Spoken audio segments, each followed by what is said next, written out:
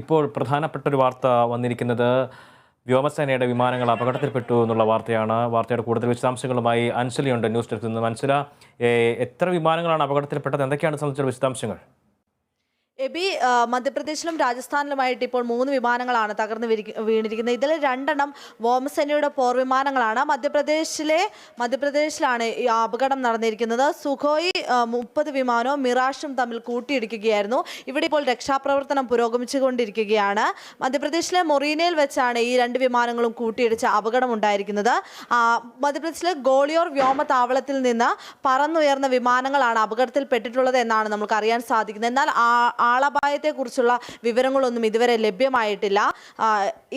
അതോടൊപ്പം തന്നെ രാജസ്ഥാനിലും ഇന്നൊരു വിമാനം തകർന്നു വീണിട്ടുണ്ട്.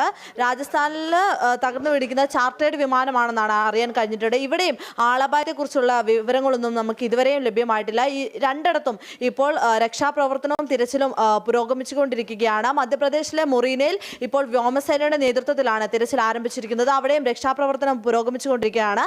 അതേസമയം രാജസ്ഥാനിൽ തകർന്നു വീണ ചാർട്ടേഡ് വിമാനം പൂർണ്ണമായും കത്തി നശിച്ചു എന്നാണ് അറിയാൻ സാധിച്ചിട്ടുള്ളത്.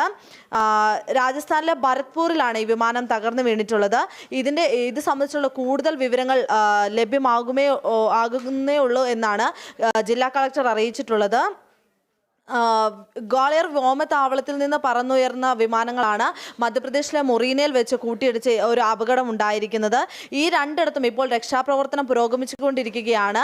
കൂടുതൽ വിവരങ്ങൾ വരും മണിക്കൂറുകളിൽ ലഭ്യമാകുമെന്നാണ് നമുക്ക് അറിയാൻ സാധിക്കുന്നത്. എബി, അൻസല, ഈ 2 വിമാനങ്ങൾ കൂട്ടിയിടിച്ച 2 വിമാനങ്ങളും ഒരേ ഇടത്ത് തന്നെ പറന്നുയർന്ന വിമാനങ്ങളാണോ? തീർച്ചയായും എബി, മധ്യപ്രദേശിലെ ഗോളിയോർ വ്യോമതാവളത്തിൽ നിന്ന് പരിശീലന പറക്കലിന്റെ ഭാഗമായിട്ട് ഇന്ന് രാവിലെ പറന്നുയർന്ന വിമാനങ്ങളാണ് സുഖോയ് മിറാഷും. ഇവ തമ്മിൽ കൂട്ടിയിടിച്ചാണ് മൊറീനയിൽ വെച്ച് കൂട്ടിയിടിച്ചാണ് ഈ അപകടം ഉണ്ടായിരിക്കുന്നത്. കൂട്ടിയിടിക്കലിലെ വിമാനങ്ങൾ കത്തി നശിച്ചു എന്നാണ് അറിയാൻ സാധിക്കുന്നത്.